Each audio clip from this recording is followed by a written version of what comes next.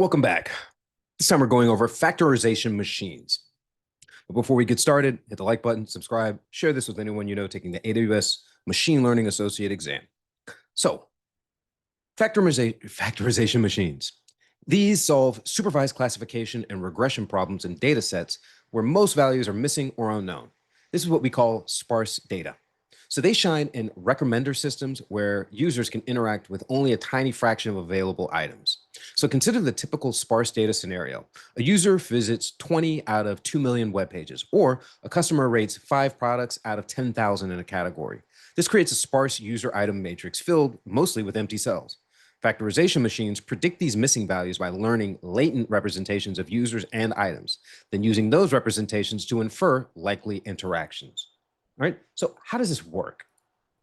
So factorization machines or models pairwise interactions between features using factorized parameters.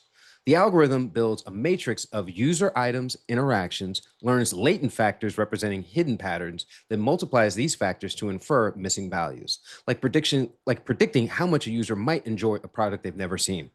So this process uses matrix factorization, decomposing the large sparse matrix into smaller, dense representations that capture the essential patterns in your data. Note that factorization machines only handles pairwise interactions, not higher order relationships between three or more features. All right. So when to use this? All right. Whew. Factorization models or machines, excuse me, excel at 3 main tasks: building recommender engines for products or content, predicting click-through rates, and solving collaborative filtering problems. The key indicator for choosing factorization machines is data sparsity. If most of your user item matrix is empty, FM is your likely best choice. However, if data is too dense, don't use this. Dense data sets benefit more from deep learning or XGBoost approaches. Okay, let's go over here. All right, oops. All right, so when do you use this? This is here. Okay, so you go into the console, you would click S3, and then add this to, what do you call it? You basically add your data using RecordIO Protobuf, using the SageMaker Python SDK serialization utilities. Or you could use the TensorFlow TFR records conversion, right? And you'd upload that into S3 right here, okay? When you go actually to train this, you're in SageMaker AI, you go down to training jobs, you click training jobs, which you're already on, click create training jobs. All right, check FM test, select your IM role, your built-in, and you want to look over here, tabular factorization machines. All right, you can do file or pipe mode. Let's just set the pipe. You can see the metrics and regex that it'll publish for CloudWatch, your instance type. All right, so this will be a good one. CPUs are recommended for this due to the sparse nature of the data, right? So you can use the ML5 on up, really, but it's just for economical and effective training, right? GPU only helps with really dense data, which isn't this model's use, right? So for inference, CPUs can handle most workloads efficiently.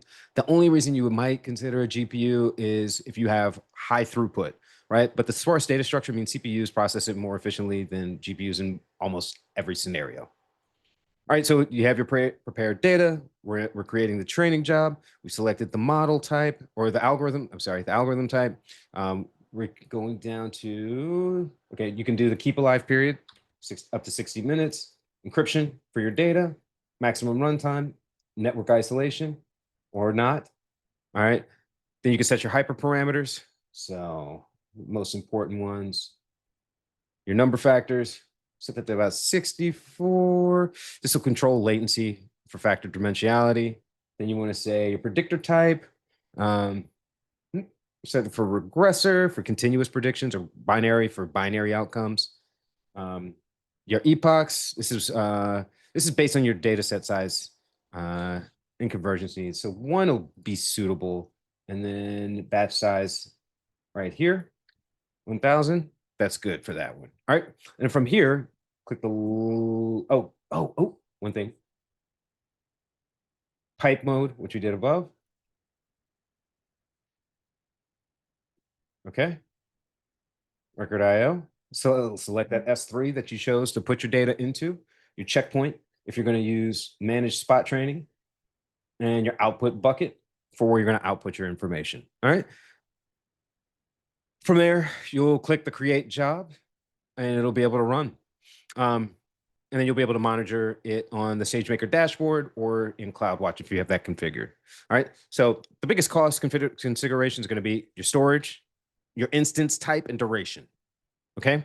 The inference costs will accumulate based on the endpoint time. So you can use batch transformations for infrequent predictions rather than having an always on endpoint. But then everything else will be the things I just listed. All right.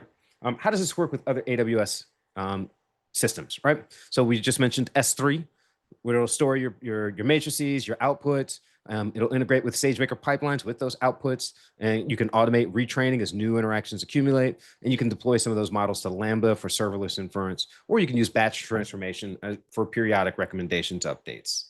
All right, so that'll be the basics of it. One thing to recommend for the exam itself, all right? Factorization machines are supervised learning algorithms for classification and regression. 2, sparse data is the key indicator for choosing this. 3, they excel at recommender systems and collaborative filtering. 3, RecordIO Protobuf is the format required.